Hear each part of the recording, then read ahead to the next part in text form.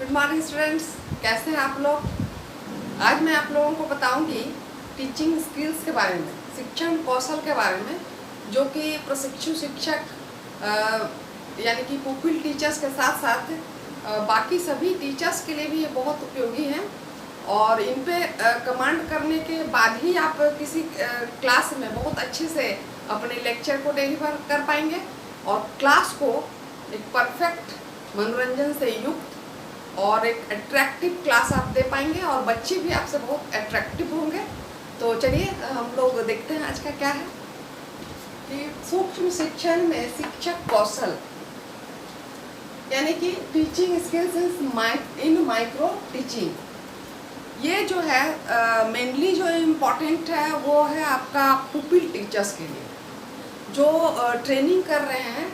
तो उन्हें जब माइक्रो टीचिंग करवाया जाता है जिसमें एक छोटा सा लेसन प्लान बनाना पड़ता है, 5 से 10 बच्चे बैठे होते हैं क्लास में, उनके अपने सहयोगी भी हो सकते हैं और उनके टीचिंग को रिकॉर्ड कर लिया जाता है या फिर उनके सुपरवाइजर या अपने ही जो दोस्त हैं वे उनका बाद में क्या करते हैं कि देखते हैं तो कैसा पढ़ा रहे हैं और उस पर फिर फीडबैक दिया जाता है।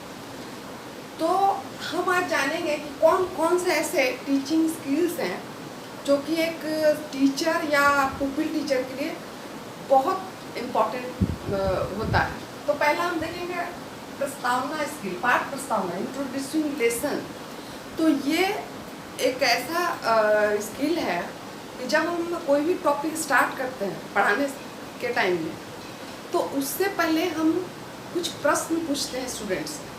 ये बहुत ज़रूरी है क्योंकि ये स्किल ये क्या करता है, पूर्व ज्ञान के बच्चों के पूर्व ज्ञान यानी पहले से वो जानते हैं उस पूर्व ज्ञान को नवीन ज्ञान के साथ जोड़ते हैं। अर्थात जो टॉपिक आप पढ़ाने जा रहे हैं उस टॉपिक से रिलेटेड जो भी उनको कुछ भी ज्ञान हो बच्चों को, तो उसे प्रश्नों के द्वारा पूछकर और धीरे धीरे लास्ट में जो टॉपिक हमारा होगा वहाँ तक बच्चों को लाना पड़ता है। ये क्यों करना पड़ता है?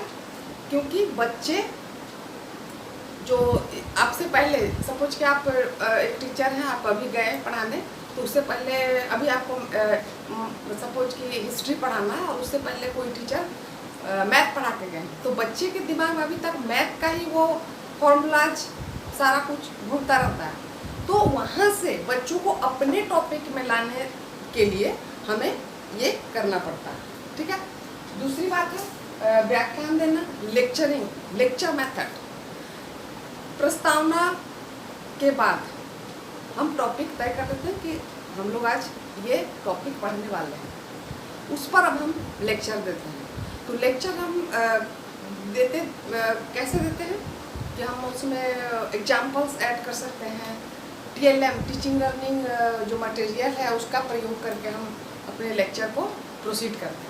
तो ठीक है, उसके बाद क्या है, सैमपट प्रयोग यूजिंग ब्लैक बोर्ड। अभी तो वाइट बोर्ड वगैरह बहुत सारे डिजिटल बोर्ड भी आ गए हैं।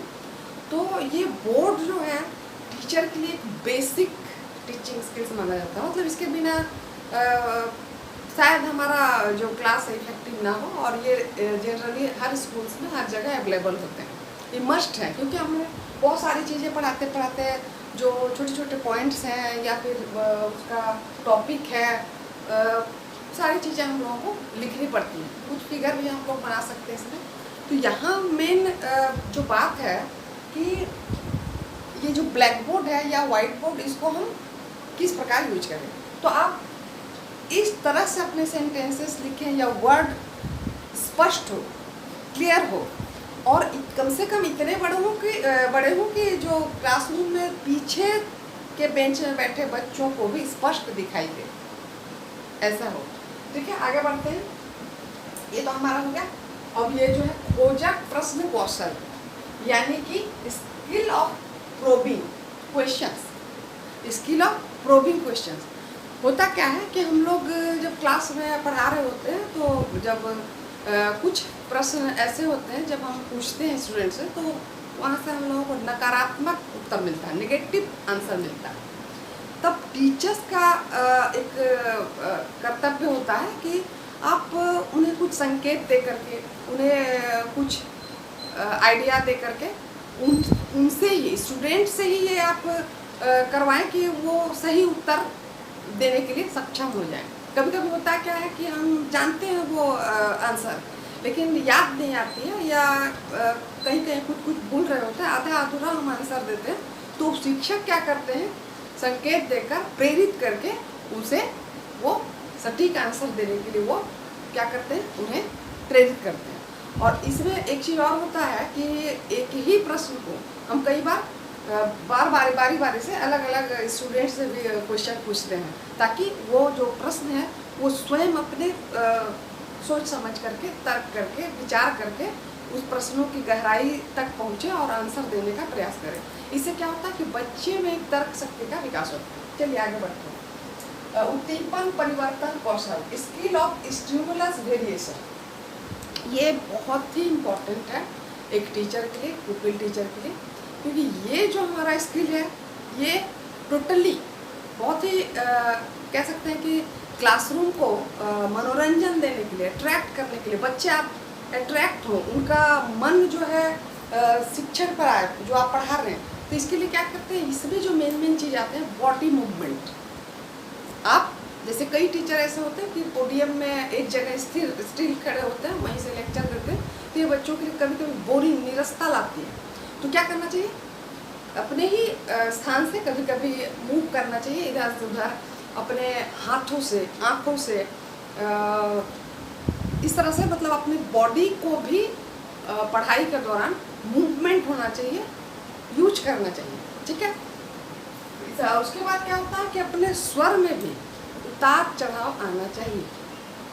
कोई कहानी पढ़ा रहे हैं या कुछ भी आप पढ़ा रहे हैं, तो उसमें एक ही जैसी आपकी मुद्रा ना, कभी हंसाना भी चाहिए, कभी कभी कुछ पॉइंट्स ऐसे होते हैं जब गंभीर रहने की ज़रूरत होती है, कभी जो वाणी में हमारा थोड़ा आवाज़ होगा वो तेज, कभी कभी हम उसको धीरे से बोलने का प्रयास करेंगे। तो ये क्या करते हैं, बच्चों में इंटरेस्ट जगाते हैं। आप जो लेक्चर डिलीवर कर रहे हैं या जो भी कहानी पढ़ा रहे हैं या कुछ भी पढ़ा रहे हैं, तो बच्चों से ध्यान से सुनेंगे और खुश होकर के वो पढ़ेंगे और ज़्यादा याद कर पाएंगे, उसको ज़्यादा, बहुत दिनों तक उसको आपके माइंड में, अपने माइंड में उसको रख पाएंगे।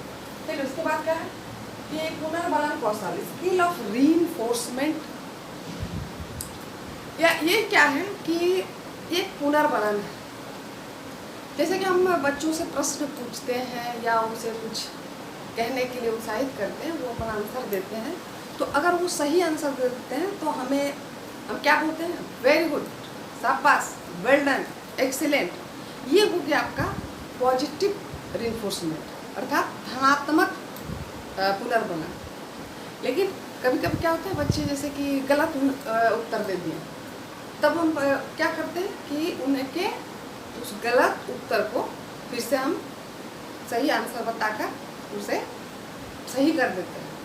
कभी कभी ऐसा भी होता है कि अगर कोई स्टूडेंट गलत उत्तर दे देते हैं तो टीचर्स रूडली पेश आते हैं कि ये भी तुम्हें नहीं आता, वो डांट देते हैं।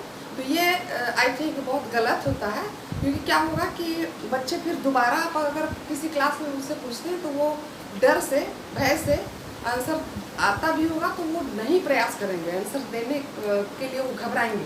तो ऐसा नहीं होना चाहिए, फ्रीली वो आंसर दें, और अगर वो गलत होता भी है तो हमें उसे सपोर्ट करना चाहिए, जो राइट आंसर है उसके लिए। इसमें मतलब सबसे बड़ी बात क्या होगी ना कि छात्रों के जो अवांछित व्यवहार, गलत व्यवहार, जो गलत आंसर है, उससे हमें दूर करने में मदद मिलेगी। तो हम जान गए कि जो हमारा पुनर्बलन कौशल दो तरह का है, धनात्मक और ऋणात्मक। आगे बढ़ते हैं। दृष्टांत कौशल, skill of illustrating with examples. अब देखिए, दृष्टांत से पता चल रहा है कि दिखाना, दिखना, दिखा करके करना। जब हम लेक्चर डिलीवर कर रहे होते हैं तो हमें बहुत सारी चीज़ों का ख्याल रखना पड़ता है, जैसे TLM का यूज करना। कोई भी आप मैप ले सकते हैं, कोई फोटो ले सकते हैं, या फिर कोई मॉडल यूज कर सकते हैं, और उसे दिखा दिखा करके बच्चों को क्या करना है, टीच करना, पढ़ाना। तो वो क्या होगा कि उनके लिए ज़्यादा, बहुत ज़्यादा वो इम्पोर्टेंस होगा उन लोगों के लिए।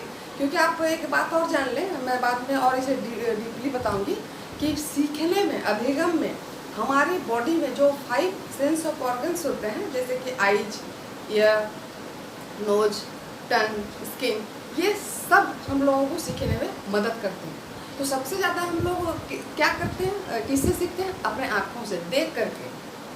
उसके बाद कान, उसके बाद जीभ आता है, उसके बाद हमारा स्किन आता है, ये धीरे धीरे इस तरह से आता है। तो यहाँ पे बात है कि अगर हम कोई चीज़ दिखाते हैं बच्चों को और उसके बाद उसे हम जब समझाते हैं तो वो उनके लिए क्या होता है, बहुत ज़्यादा डबल नॉलेज उन लोगों को मिलता है और खुशी से, रुचि से, इंटरेस्ट के साथ वो सीखने का प्रयास करते हैं। इसमें हम प्रयोग करके भी बच्चों को बताते हैं। उसका नेक्स्ट क्या है? कक्ष प्रबंध कौशल, क्लासरूम मैनेजमेंट स्किल। देखिए, ये जो स्किल है क्लासरूम मैनेजमेंट स्किल, तो आप तो देखते ही होंगे कि जब क्लास में बच्चे बहुत सारे हैं, एक टीचर पढ़ा रहे हैं, लेकिन क्लासरूम में क्या हो रहा है, शोरगुल हो रहा है, बच्चे आपकी पढ़ाई में ध्यान नहीं दे रहे हैं, कंसंट्रेट नहीं कर पा रहे हैं और अपना ध्यान इधर उधर भटकाते हैं, अपने दोस्तों के साथ बात करते हैं। तो ये क्यों होता है? इसे हम क्या कहते हैं? अनुशासनहीनता, इनडिसिप्लिन। तो ये गलत है ना। तो ये क्यों आती है? क्योंकि टीचर्स में अगर कुछ कमियां हो तो वो आएगी, तो उसको हम दूर करने का प्रयास करेंगे। कैसे दूर करेंगे? सबसे पहली बात जो हम बोलेंगे कि ये जो हमारा शिक्षक का और स्टूडेंट के बीच एक अंतःक्रिया होती है, इंटरेक्शन होता है, वो इंटरेक्शन बना रहे। इसके लिए टीचर्स को क्या करना चाहिए? पढ़ाने के दौरान जो आई कांटेक्ट होता है वो सही, उसका प्रयोग हो, सभी बच्चों पर आपका ध्यान हो। दूसरी बात क्या हो कि जो विषय है आपका, उस पर आपका कमांड हो। फिर क्या हो? Command over your language. आपकी जो भी भाषा है, जिस माध्यम से आप पढ़ा रहे हैं, उस पर भी आपका कमांड हो। उसके बाद क्या, वो जो मैंने बताया कि स्टिमुलस वेरिएशन, आप अपने शारीरिक मुद्रा को परिवर्तन करते हुए लेक्चर डिलीवर करें, तो इससे बच्चे क्या होंगे, स्वयं अपने आप ही उनका कंसंट्रेशन आप पे आ जाएगा और वो शोरगुल भी नहीं करेंगे और अनुशासनहीनता तो आएगी ही नहीं। एक और बात मैं बताती हूँ कि आपके अंदर वो सेल्फ कॉन्फिडेंस, आत्मविश्वास के साथ आप पढ़ाएं। बोर्ड का भी प्रयोग करें। हर चीज़ प्रॉपरली आप अगर सही ढंग से सारा कुछ अगर क्लास में करते हैं तो क्लासरूम क्या होगा, व्यवस्थित होगा, डिसिप्लिन होगा। तो all students and pupil teachers and all teachers, आप सब ने ये जाना कि ये जो टीचिंग स्किल क्या है, ये कितना बेनिफिशियल है क्लासरूम के लिए। और इसीलिए ये जो हमारी टीचर ट्रेनिंग होती है, तो उसमें जो माइक्रो टीचिंग होती है, उसमें एक एक करके इन सारे स्किल्स पे पुपिल टीचर्स को कमांड बनाना पड़ता है। और फिर जब वो कमांड हो जाता है, उनमें वो आत्मविश्वास आ जाता है, सारे स्किल्स में पकड़ हो जाती है, और तब वो क्या करते हैं कि किसी भी क्लास में, स्कूल में वो बहुत बेहतर ढंग से अपने लेक्चर को डिलीवर कर पाएंगे और बहुत अच्छा कर पाएंगे। So thank you so much, good luck.